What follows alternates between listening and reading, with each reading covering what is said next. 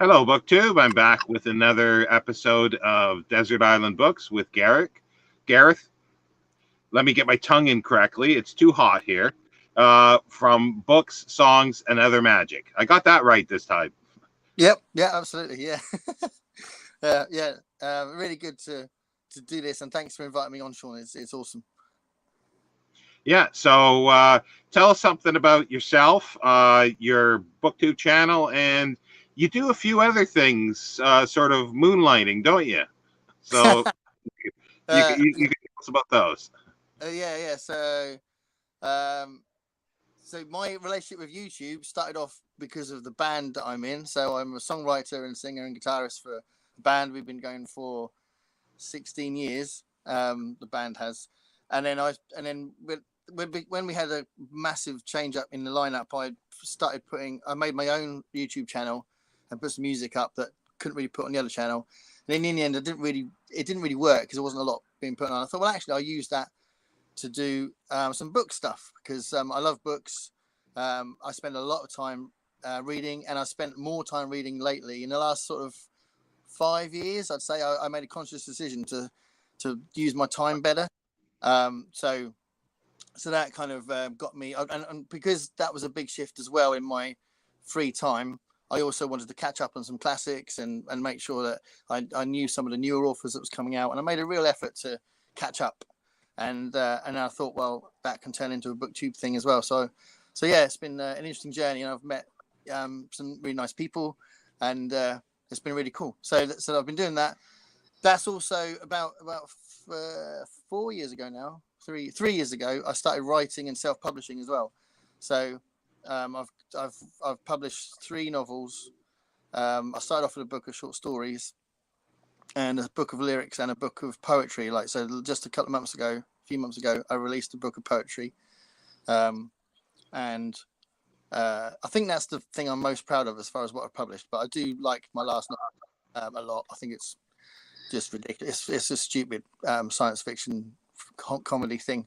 But I am quite proud. I used to giggle when I was writing it. It was like because they're a band made up of people from different planets, and the songs are basic like kind of song parodies. They're just the titles, and like it takes the mick out loads of different aspects of the industry, but it's all on different planets, and they perform on an ice planet at one point, and their gear all freezes up and all that sort of stuff. So just silly things happen in the book.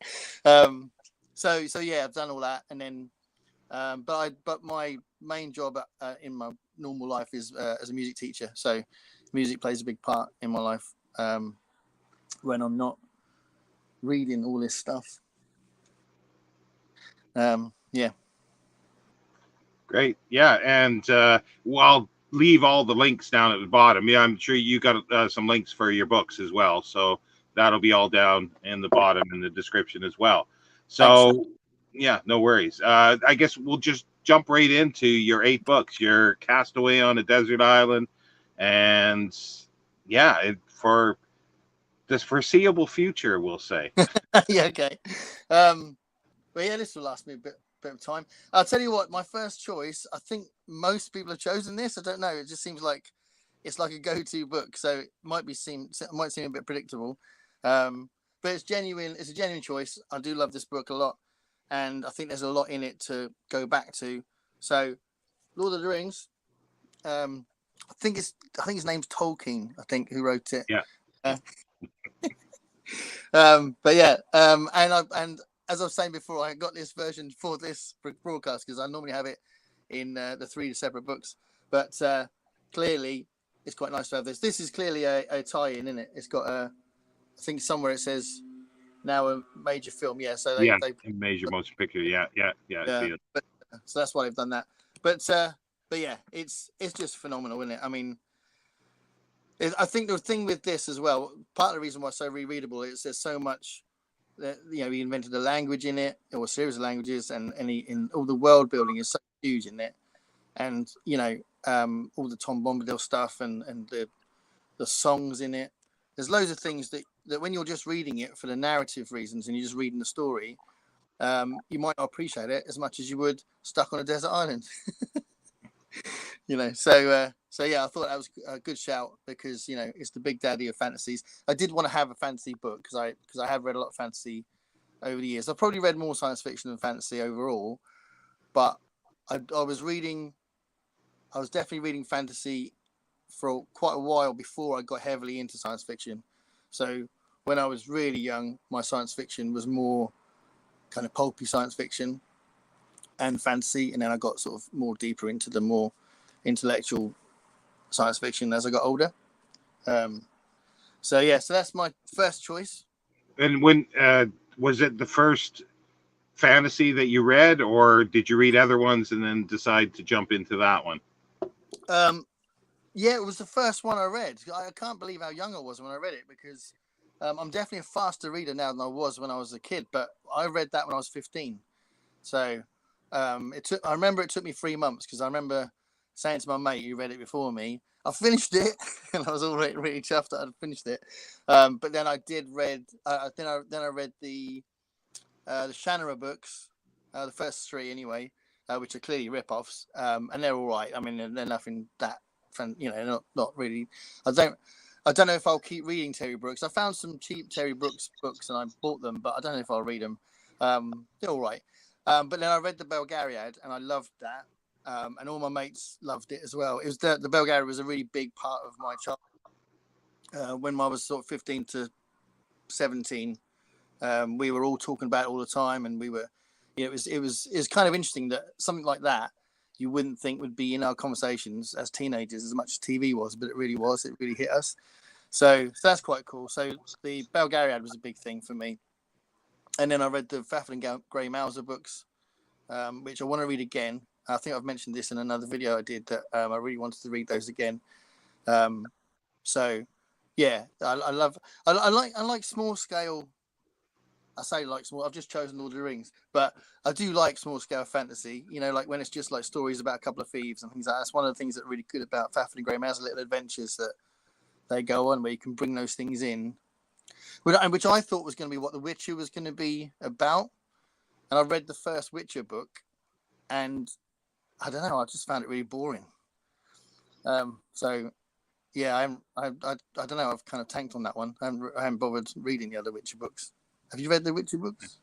No, I'm not a huge fantasy fan, and I haven't read Lord of the Rings yet. And next year I will be doing that. I'll be reading it.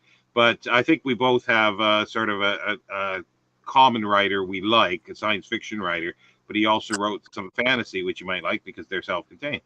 And it'll be no surprise that I'm gonna wedge in here Clifford D. Simak's name. Yeah. No, he's an awesome man. Yeah, absolutely. And I've recently bought about 7 books by him. So I'm definitely going to be delving into him because I know that you mentioned like, oh, loads of Simak, cool. And that was just one of those things where I thought it was a bit like, oh, I've just seen them, but also I thought it's about time I had a proper delve. So I've read City and a few Breeze and have I read something else? Oh no, I haven't, but I have had meaning to read soon. Where is it? Is it Time and Again? Is it Time and Again? Yeah, that was one of the ones that I was reading for my next time travel video, but I haven't got to it yet. But then I bought all these others as well. So yeah, about this time next year, give or take, I will be beginning my massive read through of Simak. So you and everybody else can sort of join in. I'm not going to make it an event type thing where I'm going to have co-hosts because that's going to take longer than the Future History Project, which I'm doing, and that's taking us up to Christmas. So yeah, so it's going to be longer. So I'm not putting anybody else through that again. So anyway, order? Are you reading the Simak ones in order? Yeah, I'm going to read everything in chronological order when he wrote them. And I'm also going to be looking at his journalistic writings as well, as much as I can find, because now it's easy to find stuff online. They're usually behind paywalls, but I'll try to hone in on the stuff that I know and maybe pay for a month and try to just download everything I can. That's awesome. Yeah. I don't even know what Simak looks like because I quite like it when I find out what an author looks like, because obviously authors don't get in the celebrity kind of world, in public eye, in the same way that other creative people do. But I don't know what Simak looks like. I mean, because I've got some Richard Matheson stuff that we got his face on there, and obviously because of the Twilight Zone magazine, I knew what Richard Matheson looked like. But I also discovered what Robert Sheckley looked like because of the Twilight Zone magazine, because he used to write film reviews in that magazine. And Robert Sheckley's a big name for me. Yeah. So he's got a scrunched up face with, but yeah, I'm just curious to know what these people look like. They're a bit mysterious, aren't they? Like, yeah, well, his face is around. I think it's a face that matches his writing. Let's put it that way. Very awesome. Yeah, I think it does. Do a Google search, and yeah. Okay, that's cool. If you said that about Philip K. Dick, then presumably it'll be some sort of cubist face, wouldn't it? Well, the least said about Philip K. Dick at times, better. Sometimes. Yeah, I just bought. Was it "Flow My Tears" as a policeman said? I just bought that. Yeah. So that's an interesting one. Yeah. Well, they're all a bit mad, aren't they? Yeah. But yeah, so my second choice, which I think is probably something you choose as well. I don't think anyone else has picked this. No, I think one person might have done actually. I've watched all of your editions of this, by the way. I think this is an awesome idea. And that's the stories of Ray Bradbury. So this is 1,000 pages. I think it's got 70 odd stories. Is it 70 or so? I did have a look when I first got it. I've got tons of. I don't know if you can see it. Yeah, there's just above my head. There's a bunch of Ray Bradbury books there. Mm. And obviously, usually I've kept them in separate volumes like that. But I'm really chuffed to have this. This was like a really important thing for me. So yeah, this is very precious. So Ray Bradbury, he's I think the thing about reading him, if you're alone on a desert island, is that he's got a very special way of world building, isn't he? Because it's the atmosphere that he creates, and you are fully immersed in the stories by the language that he uses, you know. And I think, I mean, Stephen King said this himself, but I do think you can see the influence on Stephen King, because I think Stephen King tries to do the same sort of thing, but he does it in a different way, so it's not the same. I think it's a little bit more poetic with Ray Bradbury. But you can see that they're both really interested in creating an entire town, you know, or creating vivid characters and making it real and eerie. Do you know what I mean? Yeah. So I think that'd be quite an important thing if you're on your own, because I think you'd feel less on your own, maybe less like you're on an island, because you're in Ray Bradbury world, you know. So yeah, well, like somebody may think that I was shoehorning in Simak, but there has been a comparison between the two. They've been called pastoral science fiction writing, but well, I guess Simak, yeah, most or 90% of it or 99% is, but Bradbury wrote all types. Like he wrote pastoral stuff, and then he wrote like other hard science fiction. He wrote some fantasy. Well, Simak wrote fantasy too, but it was still pastoral. But it's just the different styles, more so, and he had such a long career too, Bradbury. Yeah. Some horrific stuff as well, didn't he? Yeah. But yeah, I think because that pastoral idea, some of his stories are literally don't go that far beyond descriptions, but it works. You know, those sort of 4-page stories where it was literally just image creating that kind of put you somewhere, and they weren't necessarily that narrative. He did that, as well as obviously the narrative stuff. So yeah, you're right. He did different kinds of things, didn't he? And obviously, he did a big political book. Obviously, one of his most important books, Fahrenheit 451, is very different from his other stuff. And you know, it's an undeniable classic. It's an iconic book for all the right reasons, isn't it? So yeah. Well, it's like you mentioned poetic, and I think he does have a poetic sense at times, and that's That's why I really like the Martian Chronicles. And there's faults with them. It's a fix-up novel, but it's just beautiful. There's passages in there that are just beautiful. And I reread it again last year, and I go, yeah, that's why I like it. Yeah, I read it again about 2 months ago. And yeah, it is a beautiful book, like you said, and it surprises you as well. It's not that predictable, and I think that's partly maybe because science didn't develop at that point where they knew what the hell Mars was. So that kind of that adventurous side of it, which I think is one of the charming things about old science fiction as well, that they can say whatever they like about stuff and not worry about how accurate it is, and that's definitely the case for Martian Chronicles. But you get really good storytelling out of it, don't you? And you get the things he's saying about humans ultimately, isn't it? Yeah, well, it's definitely a willing suspension of disbelief, and that's where it comes in. Even stuff that is accurate science, you still have to suspend your disbelief and go with the flow and enjoy the story, I think. Yeah, absolutely.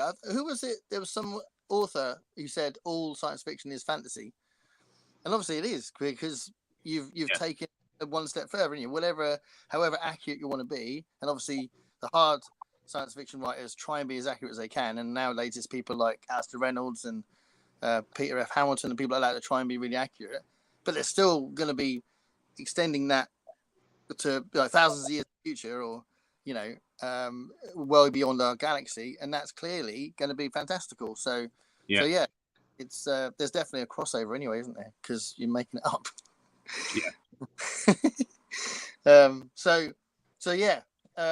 Book number 3 is another big collection, and I don't know how divisive he is as far as an author, but I know he clearly upset people when he was around. Bless him, he's not around anymore. But Harlan Ellison is one of the biggest names in my sort of reading history, and this is the 50-year retrospective. So I do have the 35-year one, which is exactly the same, but about 200 pages less. But I've got this version, and I've got a huge pile of his stuff that I've collected since I was. He's one of the first ones I started collecting. Actually, I was collecting Ellison stuff before I collected anybody else, really, in a big way. And Harry Harrison, bizarrely, Harlan Ellison and Harry Harrison, I was collecting their stuff first, and then I started collecting others.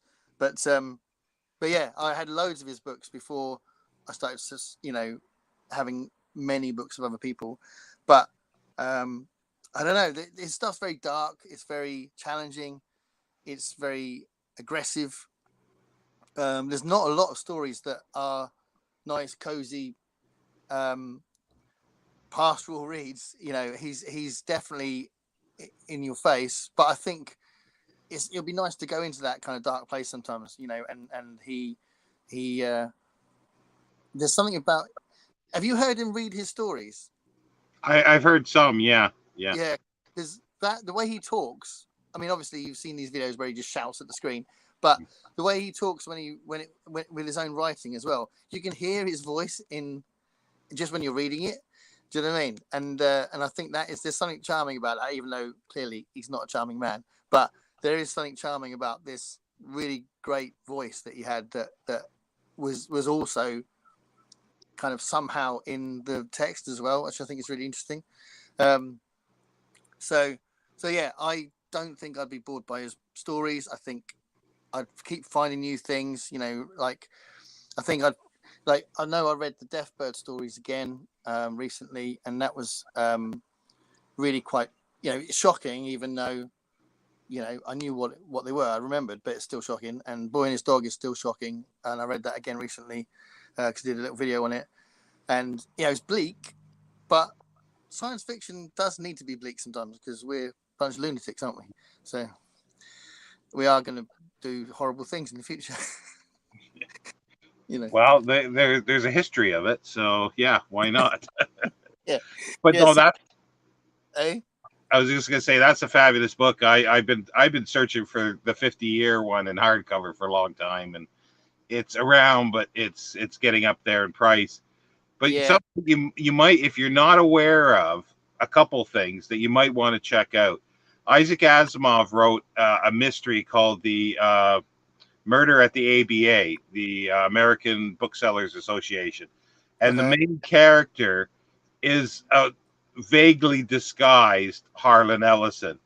He's short, and it's just everything. But it's a really funny book because it's like the guy is the narrator, and but it's Isaac Asimov that's writing it, and then he's as if giving it to the narrator, the main character, to read the typescript, and then he makes comments in it and says, Isaac, I don't know why you're saying this. And then so Isaac replies back to it, and it's just it's fabulous. That's brilliant. So a bit of stuff going on. Yeah, that's really cool. I tell you what, I don't know if I've got it near me, but you just reminded me of something. This is not to do with the 8 books, but I think it's quite funny. Hold on. This here. Oh, this is a book I want to get to this week, and this is I think we've talked a bit before about how I'm really interested in the Marx Brothers. Yeah. And I found this graphic novel. I'll try and get it in the thing. Giraffes on a horse. Was it Giraffes on a Horseback Salad? And this is a graphic novelization of a script that Salvador Dali wrote for the Marx Brothers. Okay. Which just sounds completely mad. But again, like with Isaac Asimov writing Harlan Ellison into his story, or something that basically looks like, you got Salvador Dali writing a script, and apparently the Marx Brothers are characters in it as well. So it's like, they are. I haven't read this yet, but apparently it goes beyond just them playing characters, but they're playing themselves.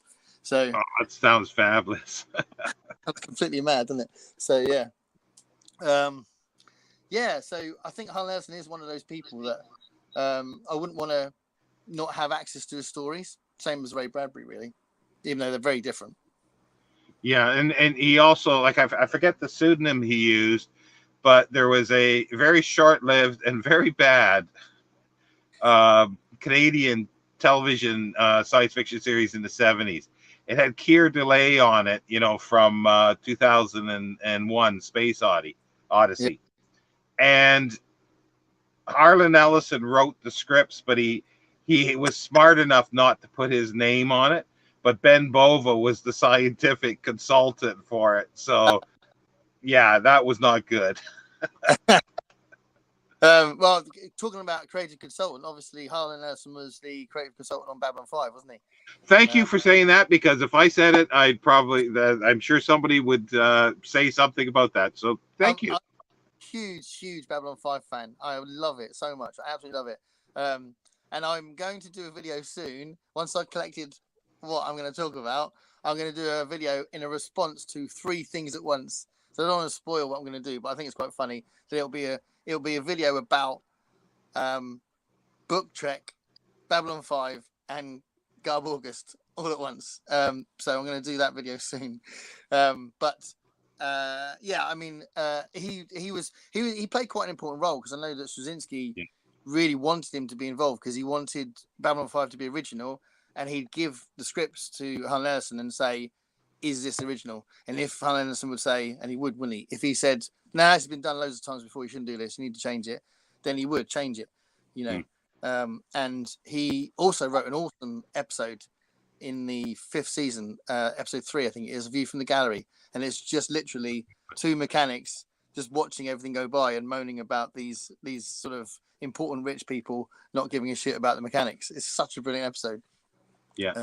He also, when they rebooted the computer, he was Sparky the computer as well. That was hilarious. Yeah.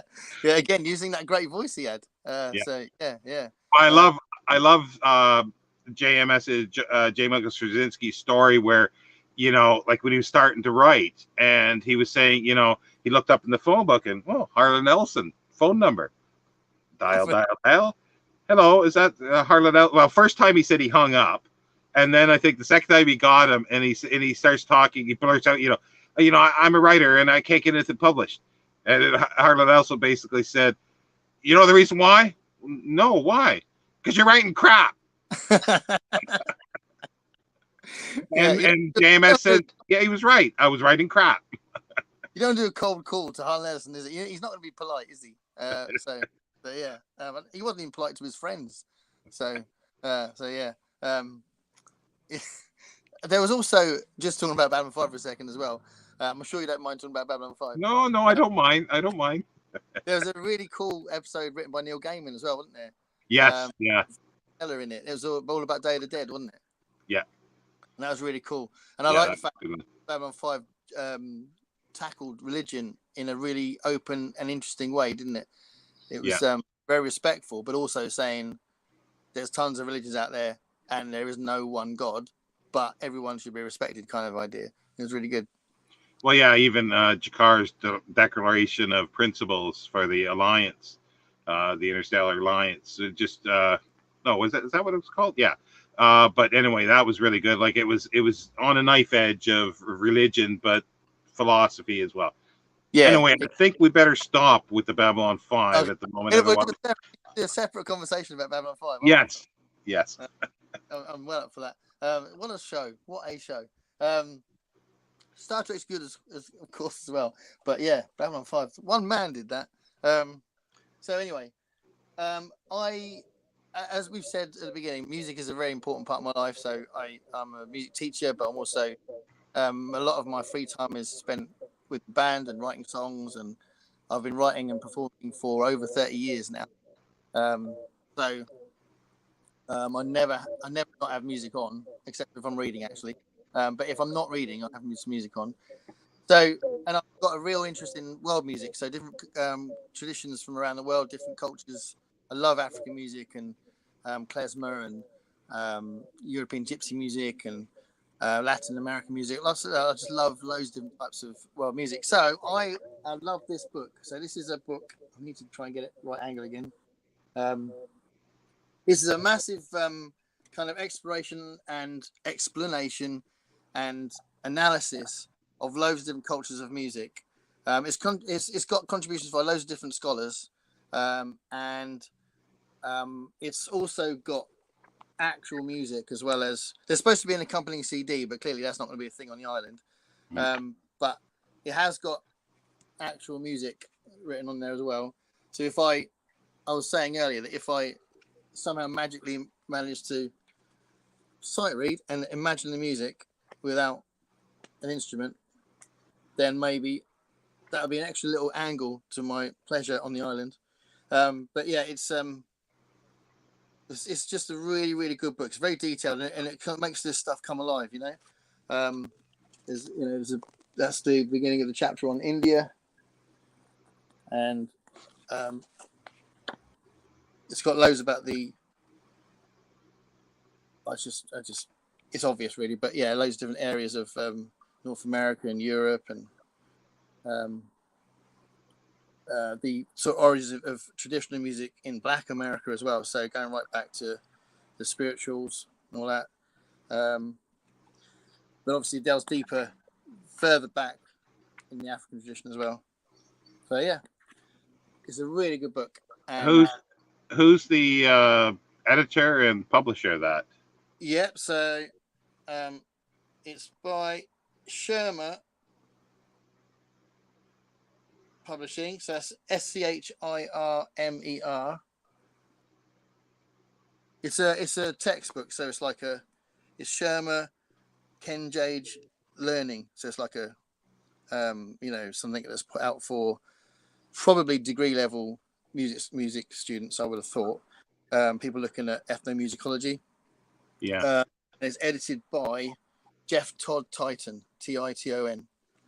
But yeah, it's really good. And then there's 8 people listed as contributors as well. But yeah, there's tons of books like that around. When I'm out looking for secondhand books, I go first to the science fiction section.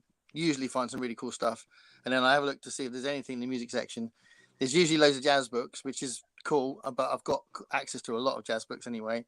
You get some things like you might get, I don't know, a biography of Bono or something, but you don't very often get, and some classical stuff, but you very, very, very rarely get anything on world music.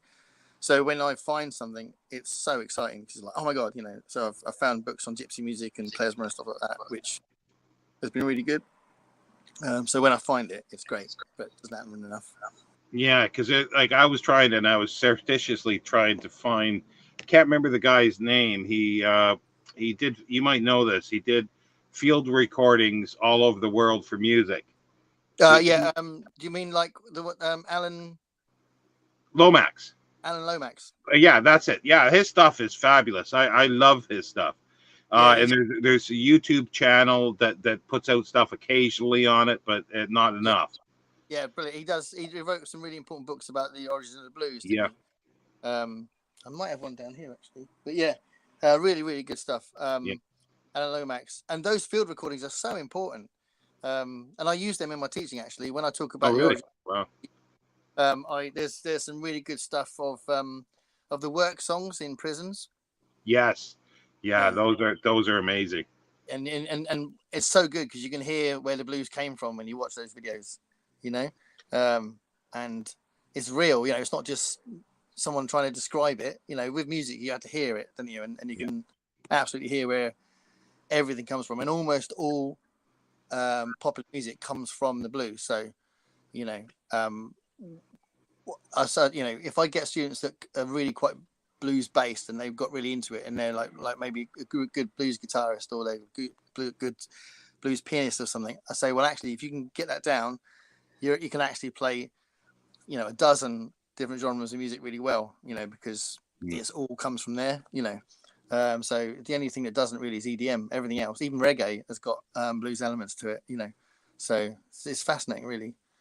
Yeah, and you mentioned African music. I love that too, and even modern. Well, what I call modern stuff, but it's a bit older now. But from South Africa, Johnny Clegg and Savuka, Juluka, Scatterwing Africa. It was just an amazing album. Yeah, no, absolutely. Yeah, that was all part of the Afrobeat scene, wasn't it? And there's still some fantastic stuff coming from all that. And I think because in the 80s those artists did travel around the world a little bit, and we learned a lot about the African tradition from them. I think there's always been this feature of African pop music in the festival scene. Kind of kept people aware of it, and I think people are quite familiar, or people who love music and watch a lot of live music, especially sort of roots music, are quite familiar with the African sound. I think it's weirdly, even though it's closer, I think people are less familiar with like flamenco or gypsy stuff, because it seems I don't know, it shouldn't be, but it seems more removed to them. Although I say it shouldn't be.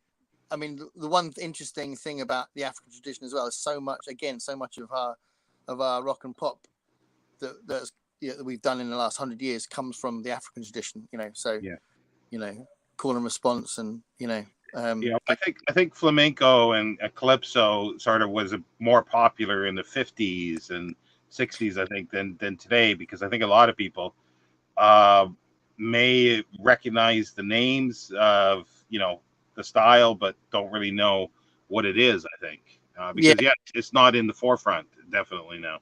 I think they may have had some of those big names touring more, and maybe that or it may be just that music's kind of spread off into different areas now, so again, you see some of those people at festivals or like art centers and stuff like that, and not so much maybe in the big music venues, maybe. But yeah, great stuff. It's world music is very interesting, definitely. So great pick. Thank you. And then I definitely would need to laugh if I was on an island. I would want to be made to laugh. There was loads of different options for this, but I've picked two books that are all about laughing. And this is maybe the obvious choice for this, but I do think that it's very rereadable, and it does deserve its place. And that's The Hitchhiker's books.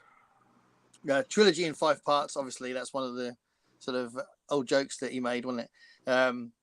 and it is, very, very, very funny and very clever as well. I don't think it's just that it's funny. It's just it does tap into anxieties and it does parody some of the things that are in our society as well.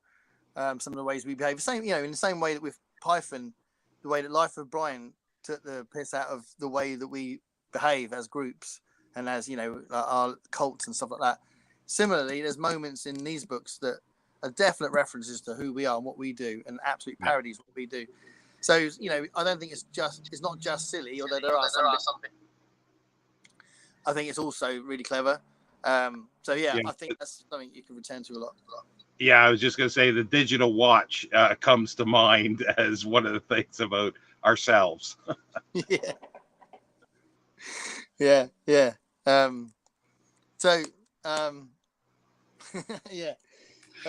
I one time I was reading the first book at work one time, and I was chuckling. And somebody asked me, "Oh, it's a funny book," and they said, "Oh, would they be interested in it?" And so I said, "Well, okay, let me ask you this: do you find the following line funny? They hung in the sky just in the way bricks don't." And I got a staring look at, like, what do you mean? Bricks don't float. And then the answer was, no, you won't like the book. Yeah. You're not wired the same way. Yeah, absolutely. Yeah. I mean, I'll tell you what. I could have got it because I'm waiting for a moment to include a book in one of those tag things where you go, show a book that you were disappointed by because you thought it was going to be brilliant. Everyone said it was brilliant. It wasn't.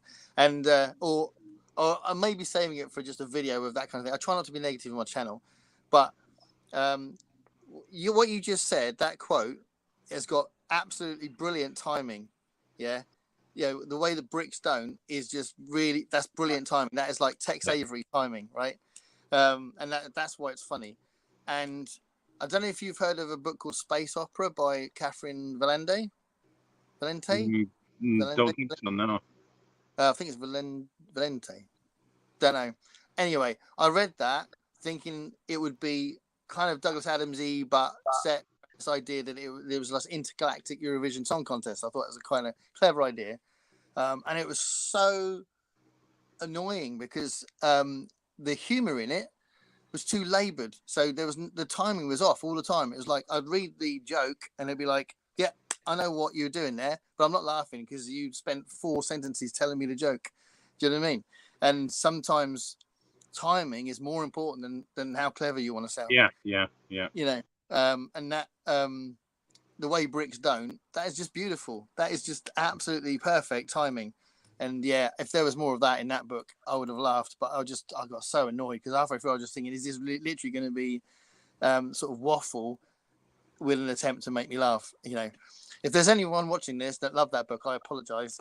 But I couldn't believe it. I was like, am I going to get to the end of this? I did get to the end, but I was so disappointed. And I actually read it before I wrote my last book, Brown Yelp Gang, which is the name of the band, the Brown Yelp Gang. I read that in case I accidentally copied any jokes, if you know what I mean, because it was going to be about a band. I thought, I'll read this, and then if there is anything that was already in my head, I'll just avoid writing that in the book. Because you know how you can easily accidentally do that. And I mean, as a songwriter, I've written something before and then thought, yeah, I like it. And then got, oh my God, no, I haven't. I've just nicked it from blah, blah. So I read it for that reason. And then I just thought, well, I don't even notice if it's the same because I do not write in this way. So So anyway, yeah. So I do think timing is really important with comedy. It has to be. I know it's an old point to make, but I don't think people realize how important it is. Do you know what I mean? Yeah. So my other comedy one, which is really quite nobody ever talks about it, and it was a bit obscure really. When I found it, I'd found it on a list of comedy science fiction books. I just thought I want to find another one that I hadn't heard of, and I bought it. And I love it, absolutely love it. I think it's really, really funny, and that's the Sheriff of Yornamere. So Michael Rubens did write for The Daily Show with Jon Stewart. So in those days he was writing for that, but he's written this science fiction novel that's kind of a bit of a farce, but it's also it's got that sort of wisecracking smuggler that gets well over his head, and he's got to deal with some bandits on this planet, which is the planet Yornamir, which is a joke. The name is a joke in itself, and it's just he's got someone with him. I can't remember if there's a female character with him that's like really irritated by him. That's quite funny as well. It's just very witty and it's very fun. I know that I will, either smile or laugh as I'm reading that again. So, Sheriff, you want to recommend this if anyone wants to have a laugh, because it's funny. Yeah, it's something I'm definitely going to look up, because I do like stuff like that, and I like the premise, and I love the way you explain the name. So don't spoil that here, for other people. But I love it. I tell you, I've got my. Don't think have I got my glasses? Oh, I have. I've got my. I was going to read. I'll read a bit of the back, because you can tell the tone of it and how far out he's willing to go. So meet Cole, a hapless space rogue and part-time smuggler. His sidekick just stole his girlfriend. The galaxy's most hideous and feared bounty hunter wants to lay eggs in his brain. Hold on. He's just hijacked. Hold on. He's just hijacked a yacht, and it turns out to be filled with a bunch of do-gooders and a stowaway and a cargo of freeze-dried orphans. That's half the description. It's a crazy book. But yeah, freeze-dried orphans. That's a great phrase, isn't it? It's a good band name. Actually, it is. It is a good band name. Freeze-dried orphans. So yeah, definitely recommend that if you want to laugh, because it really, really made me laugh. And it was really nice because for me, you get those tags and they say, what made you cry? Or what made you laugh? I read books sometimes that are really sad and they make me sad, but I can't think of any time I've cried reading a book. Definitely cried watching a film, but don't know, there's something different about a book. Maybe it's because there's lots of language involved, but hasn't made me cry. And with comedy books, most of the time it makes you smile. Do you know what I mean? It's got to be really funny for you to be laughing out loud. And that I was laughing out loud a lot in that, and it was really making me giggle. And because it kept going, obviously once you start laughing, that's it. So yeah, it's worth checking out. It's very good. I don't know why people never talk about it, but I'll be the champion of that book on BookTube.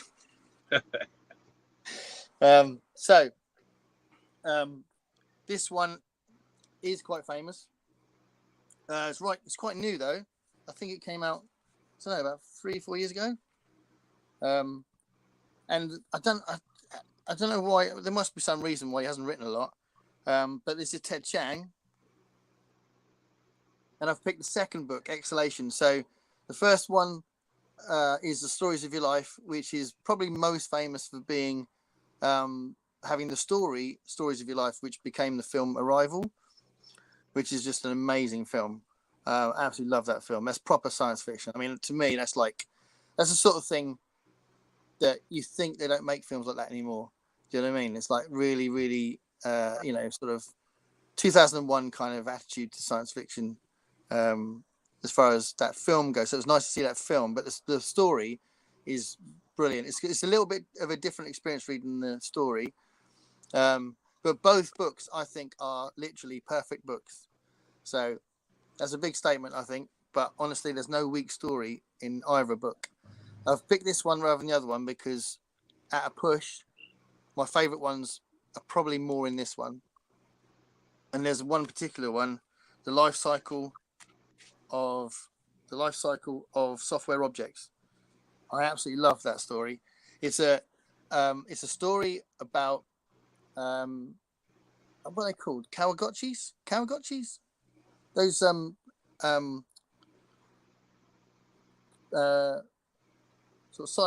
they're not cyber pets, but they're pets. Oh, Kamaguchis?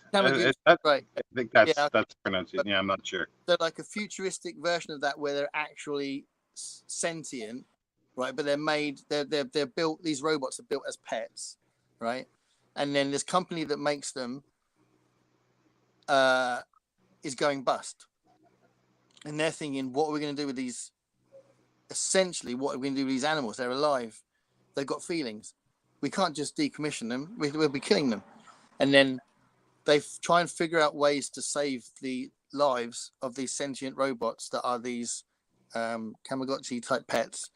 And they try a few things and it gets really complicated. And they think they're doing something honorable, and it gets a bit dark and dodgy. And then they ask the opinion of the robots, and they want a particular way, and they're surprised by what the robots want. It's just so brilliantly done. And you're reading it thinking, you know, you really care about the scientists' feelings that have created the robots, but you also care about these pets that are possibly going to get just put down, but they're not actual animals. Do you know what I mean? It's very clever, and it's just beautiful. And I think that's what Ted Chiang does. He explores the what ifs in a way that you can go back to kind of what science fiction is all about, and why, you know, why science fiction is so good at looking at what technology can do and how society changes because of it. And you know, that's what he does.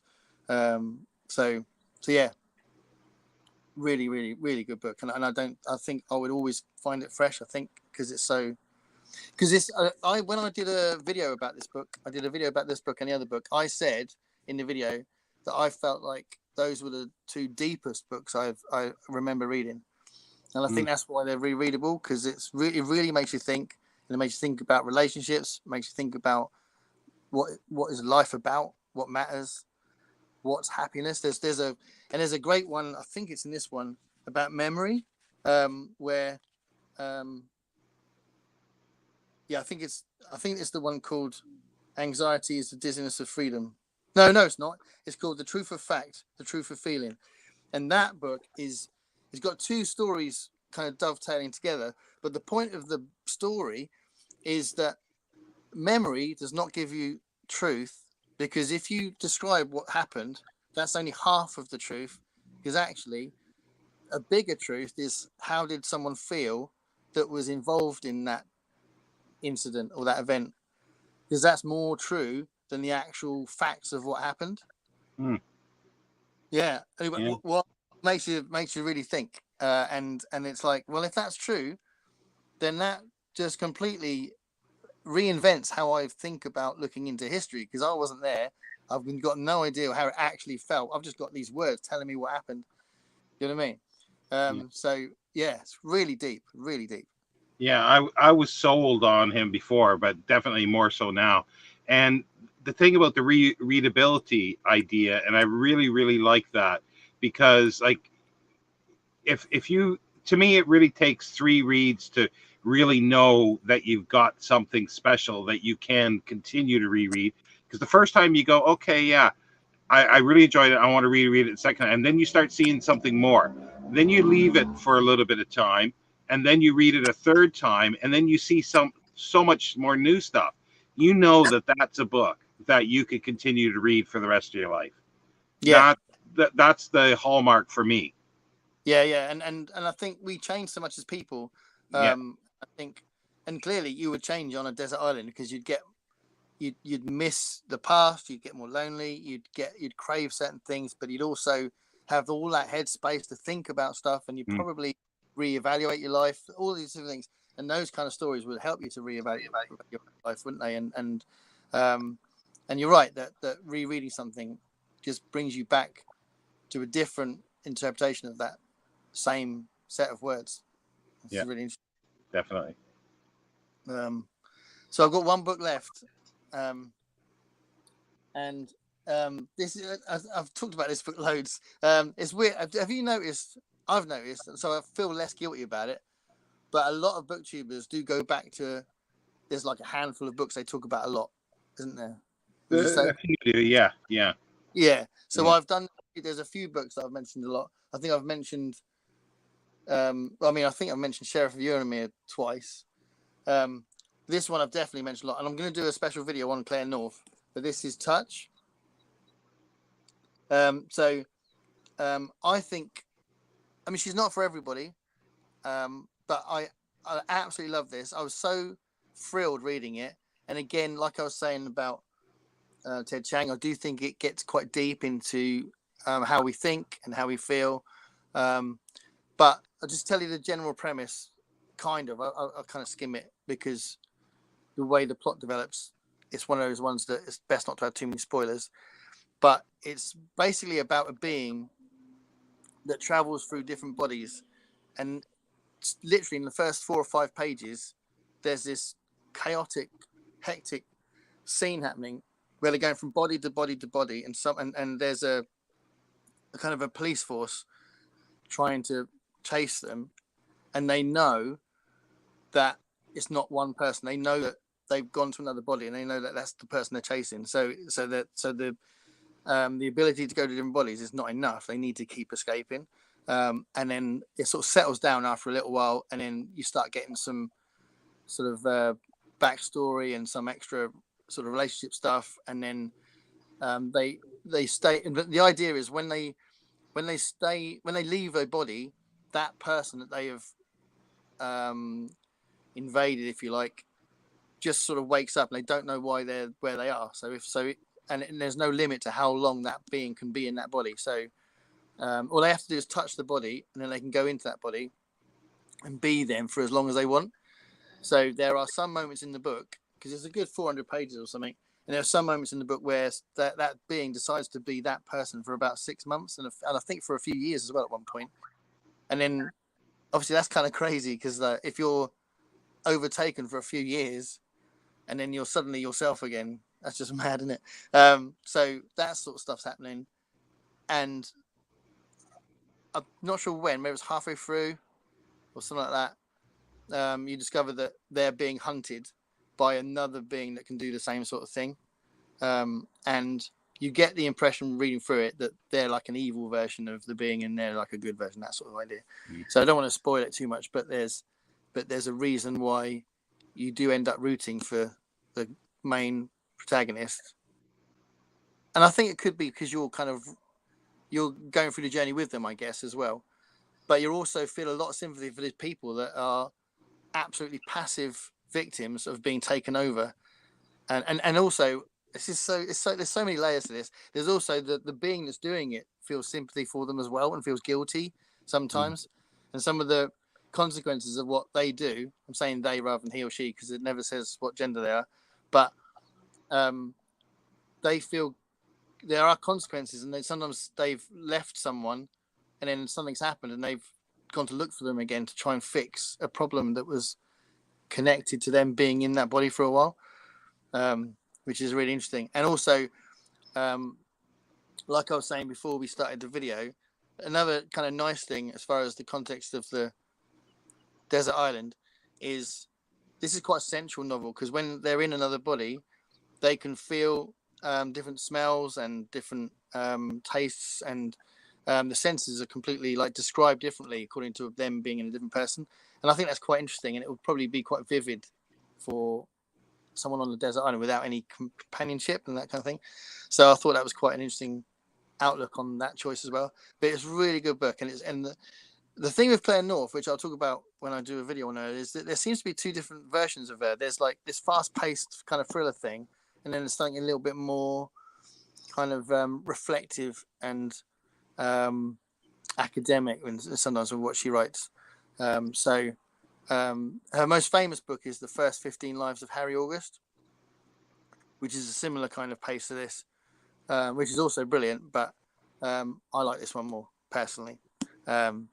But yeah, the last one she wrote was much more, it was like a dystopia, but it was really, it was almost like bogged down in exposition, the latest one. So I was a little bit disappointed, but I think she's amazing. So yeah, Touch is my 8th choice. Yeah, it sounds like an interesting book. I'll keep it on my radar for sure. So now we got music, and I don't think it was a surprise. At least it wasn't. It won't be a surprise. It's not a surprise to me. Maybe the album. I didn't know which album, but I knew who it would be. Well, yeah, because I have talked about her a lot, and I talk about her a lot in general. And she's had this recent extra wave of interest, which is nice. I've actually changed the album choice. But I've changed the album choice because I've been doing my 100 album challenge, and I've taken a couple of bags of CDs to work, and I've been doing them. And I've actually filmed 85 of the 100 now. So they're all scheduled to. I think the last one is scheduled to be sometime next September or something. So they're all ready to go. But Hounds of Love was my first choice from Kate Bush, but I actually realised, because I couldn't use that, I thought actually this one instead is a better choice. I'll tell you why. So this is Kate Bush and Before the Dawn. Do you know what Before the Dawn is? So this is the live recording of those recent shows she did when she came out of the wilderness after 37 years and said, "Oh, I'll do some live gigs," and everyone went, "What?" And they sold out. Was it 21 shows she did, and they sold out in 15 minutes. Wow. Yeah, and I got a ticket and I went to see it. So I feel so lucky that I went to see it. And what's nice, really, is 3 discs. It's got a lot of the Hounds of Love album on it.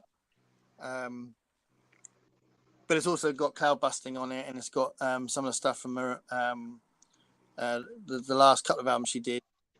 And it's a memory as well, right? So this is going to take me back to actually being there and seeing her live.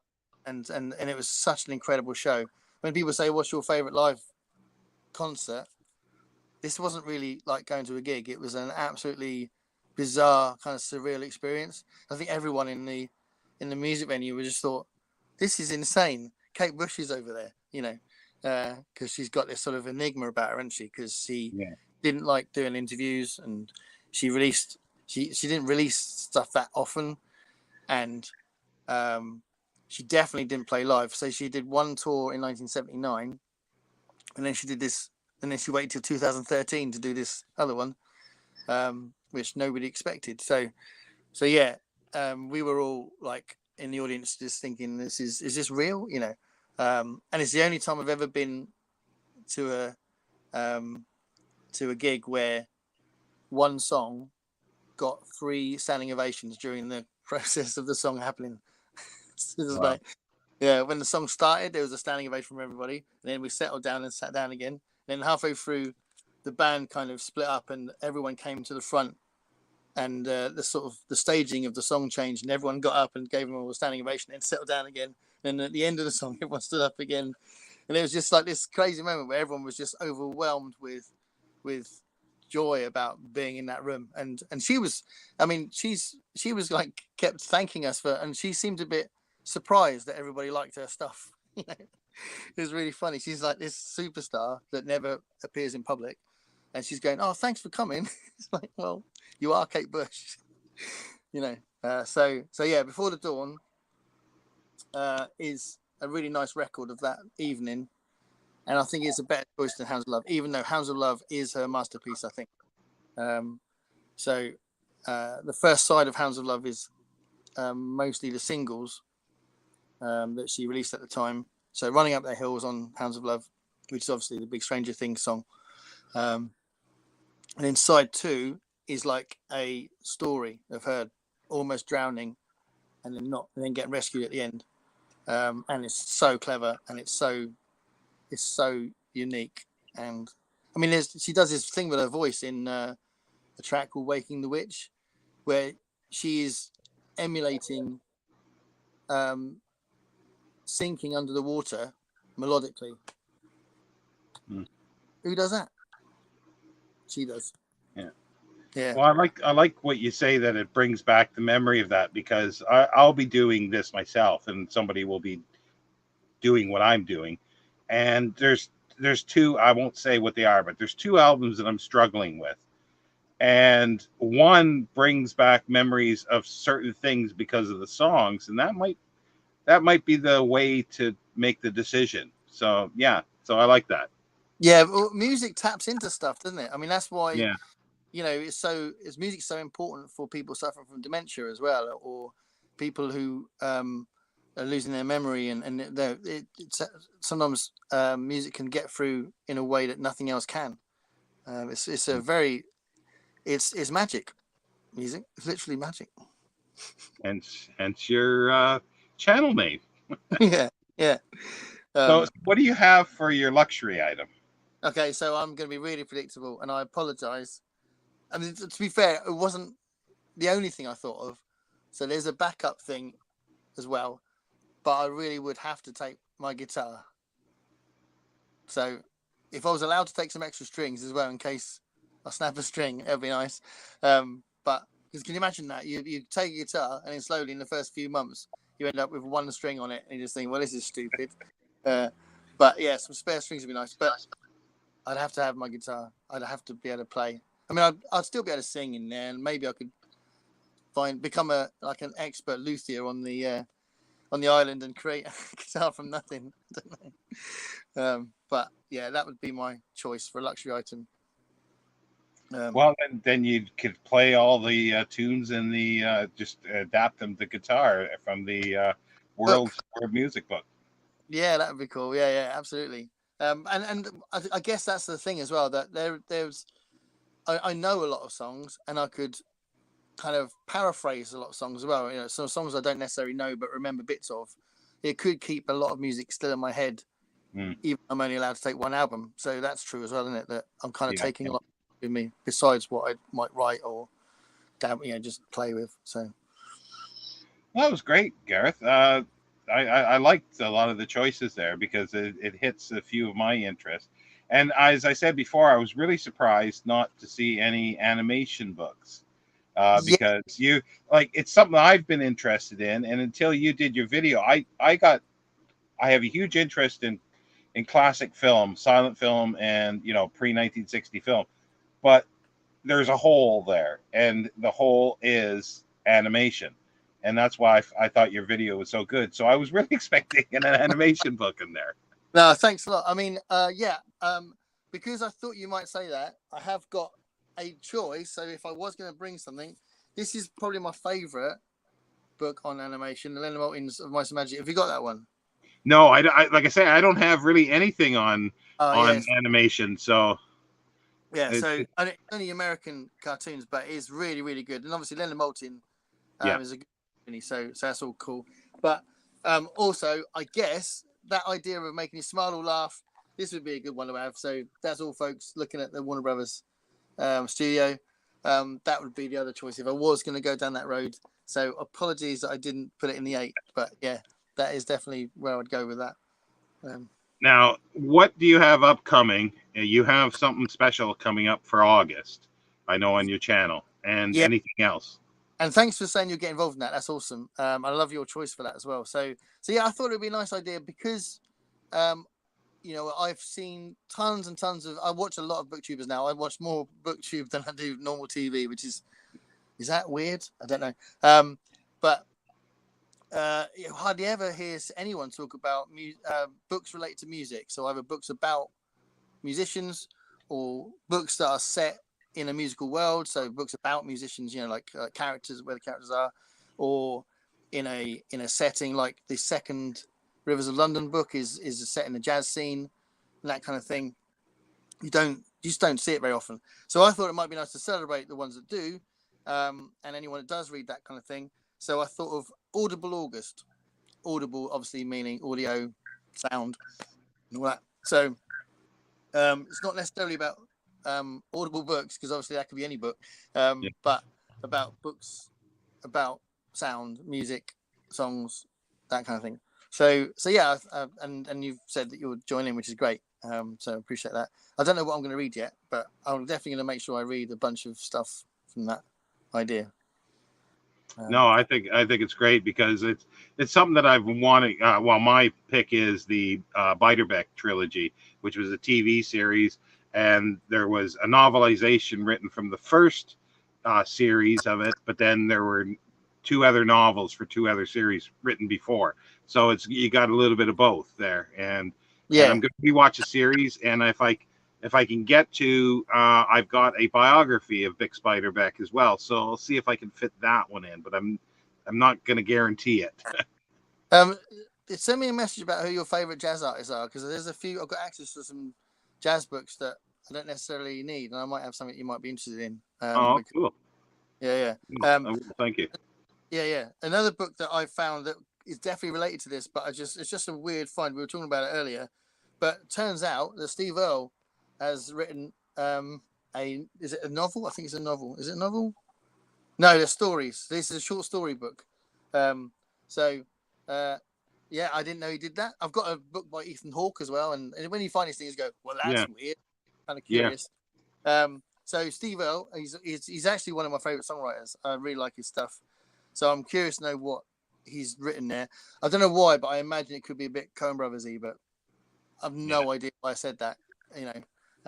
But so this would fit into Audible August because clearly he's a songwriter. Decided to dabble in writing books. Well, another one I think somebody mentioned, and I thought that was pretty good too, because I read the first volume of the Vinyl Detective is another one that's a good series, or at least the first volume, or the first book I enjoyed reading. Yeah, and also Michael K. Vaughan. Hello, Michael. If he's watching this, he probably will he? Do you reckon he will? Do you reckon he'll watch this? Yeah, he'll be watching. He'll be watching this. Hello, Michael. He talked about this, and I hadn't heard of this. This is the biography of Howlin' Wolf. Oh yeah. And I was like, my eyes went what when I saw it, and then I immediately put it on my birthday list, and I got it for my birthday. So this is a great choice. So Michael could read this because I think it was a book haul video. I don't think he's read it, so he could read that in August. Just saying. Don't know all the people about, but. But yeah, so anything else? Anything music wise that's coming up? Writing anything at the moment, or? Music wise, I'm playing in a few festivals, and we're going to release a single soon, which I'm really excited about. We really love the song. It was a song that was written a while back, but we've never recorded it, and we've been doing it in gigs recently, and we've realized how everybody really loves playing it. It's a little bit like a bit of a 60s throwback song. So we're going to do that as a single soon. So we're very excited about that. But we've got about 15 songs for a new album, but we're going to do that slowly and kind of gig them for a while before we make the next album. But the single, When You're Not Round, is definitely ready to go. So that's on the 30th of July. We're going to record a lot of that, actually. That's soon. That's cool. So I'll look forward to that. And yeah, we've got lots of gigs and that. On the channel, there's a bunch of things. I've got listed because I've got so many things. So I've been doing the 100 album challenge. So you'll see them pop up sometimes. And they're all good albums to look at. I mentioned the Claire North thing. I'm going to try and get together a Harlan Ellison video, but you can talk about him for hours, couldn't you? So I'm going to try and I've got some non-fiction that he'd written that I want to include in a video about him. I've been trying to build up a time travel video as well, because I've got one already that's got loads more hits than anything else, which is interesting. But I want to do a second one because I love time travel books. And trouble is I keep doing these challenges so I don't get to the time travel books. And I did want to do a dystopia one. I read the Russian, I read that at the end of last year, and I immediately thought, oh my God, I want to talk about this book. And I wanted to do a 5 dystopian kind of thing, Brave New World, 1984. And I bought On the Beach, and I read that. Yeah, no, that's not dystopia. That's post-apocalyptic. Yeah. No, there's something else. Oh, I know what it was. It was Parable of the Sower. So I bought that. I knew I wanted to read that first. So I do want to do a dystopian video. And the Stephen King thing is also. I want to do another Stephen King one. I actually want to do a video about Jose Saramago. Do you know Jose Saramago? I've never read him, but I do know. I know his stuff. In other words, yeah. So I need to read these two first. Obviously, that's a bit of a classic idea. And Harlan Ellison's version of that called Shatterday as well. But I want to see where he goes with this because he can get really dark. And this is a book about when the entire public decide not to vote in an election. And it's like the consequences of nobody voting, which is really weird. But he did Blindness, and Blindness is just such an incredible book. Do you know Blindness? Have you heard of it? I think I've seen it listed. Yeah. But and just never read his books. It's a really, really powerful book. It's like, you know, if you accept the premise where everybody goes blind, except for one person or maybe two.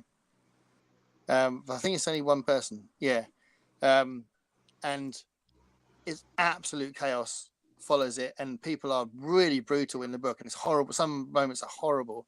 There's real brutality in it, but there's also that idea of how people overcome all that and get through it and all that kind of things. You know, it's a really, really powerful book. But yeah, that's amazing. So I want to do a Saramago video, and I've got another thing I'm building up, possibly that Salvador Dali book, with another graphic novel video.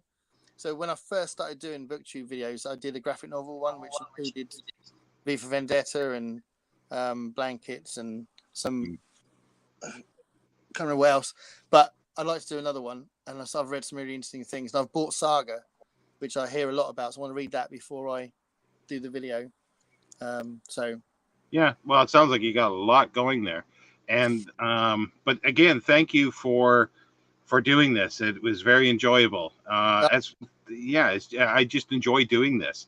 And I think I want to end the